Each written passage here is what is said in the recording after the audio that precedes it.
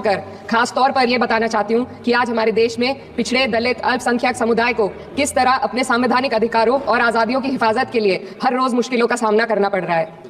Doctor B are Ambedkar के कथन से अपनी बात रखना चाहती हूं। उन्होंने कहा था, मुझे अपने भारतवर्ष पर फक्र है कि जिसके पास ऐसा संविधान है जो लोकतंत्र, समाजवाद और सेक्युलरिज्म को संजोता है। लेकिन आज ऐसा लगता है जैसे संविधान की किताब तो है पर इसे चलाने वालों का ईमान गुम हो गया है।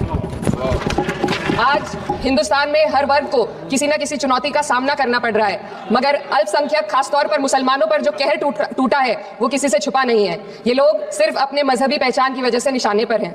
संविधान का अनुच्छेद 15 कहता है कि किसी भी नागरिक के साथ धर्म, जाति या किसी और वजह से भेदभाव नहीं होना चाहिए, लेकिन हकीकत इसके उलट है। हालात इस कदर बिगड़ चुके हैं कि hate speech, mob lynching, bulldozer द्वारा घरों को गिराने की घटनाएं आम हो गई हैं, खासतौर पर उत्तर प्रदेश में, जहां ऐसा लगता है जैसे कानून के नाम पर जंगल राज चल रहा हो।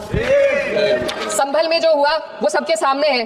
पुलिस के संरक्षण में निर्दोष लोगों की हत्या की गई और सरकार ने चुप्पी साध ली। अल्पसंख्यकों पर हिंसा बढ़ती जा रही है, मगर सत्ता में बैठे लोग या तो आंखें मूंदे हुए हैं या फिर इन घटनाओं को बढ़ावा दे रहे हैं। हद तो तब हो जाती है जब न्यायपालिका की बात भी अनसुनी कर दी जाती है। सुप्रीम कोर्ट ने मॉब लिंचिंग पर 11 सूत्रीय निर्देश जारी किए थे।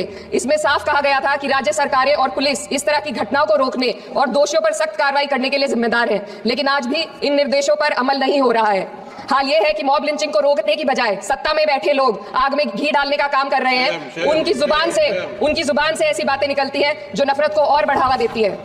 यह अशांति अब इतनी गहराई तक फैल चुकी है कि हमारे समाज के धर्मनिरपेक्ष चरित्र पर गंभीर सवाल उठ रहे हैं। साल की शुरुआत में ही कई राज्यों में दुकानदारों को अपने नाम बोर्ड पर लगाने के लिए मजबूर किया गया।